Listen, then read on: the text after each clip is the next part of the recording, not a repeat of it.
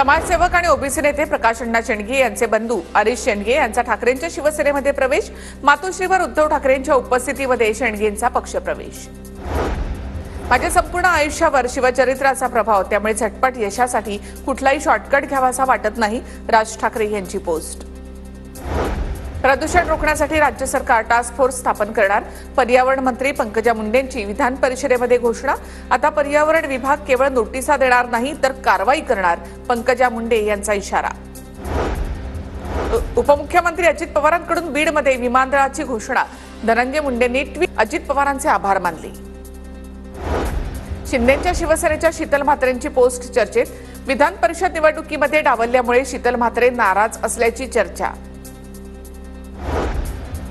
10वी-12वीच्या परीक्षेचा निकाल 15 मे पूर्वीच जाहीर होणार, बोर्ड परीक्षेच्या उत्तरपत्रिका घरी न घेऊन जाता शाळेच्या वेळेतच तपासा, बोर्डाकडून शाळांना आदेश।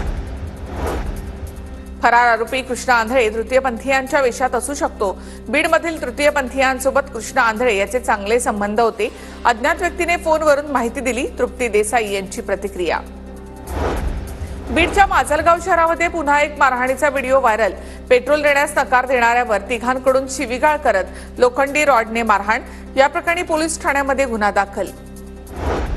बीडमधील शिक्षक नागरगोजे आत्महत्या प्रकरण, संबंधितांवर गुन्हा दाखल करण्याचे जिल्हाधिकाऱ्यांचे आदेश, समाज कल्याण अधिकाऱ्यांमार्फत गुन्हा दाखल करण्याचे आदेश।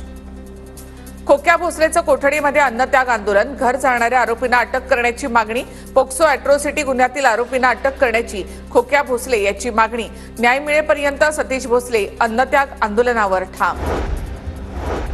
खोटी ऑर्डर सादर करत आरोपींनी मिळवला जामीन, ऑर्डर मी दिलेलीच नाही, न्यायाधीशांची माहिती, खोटे निकालपत्र पाहून कोर्ट सुद्धा हादरलं। पुण्यामध्ये कोयता गँगची आता नागरिकांच्या घरामध्ये घुसखोरी, तक्रार देऊनही पोलीस दखल घेत नसल्याचा स्थानिक नागरिकांचा आरोप, नागरिकांमध्ये भीतीचं वातावरण। विदर्भात पुढील 2 दिवस उष्णतेची लाट कायम राहण्याचा अंदाज, तरी आठवड्यामध्ये विदर्भासह मराठवाडा आणि मध्य महाराष्ट्रात पावसाची शक्यता।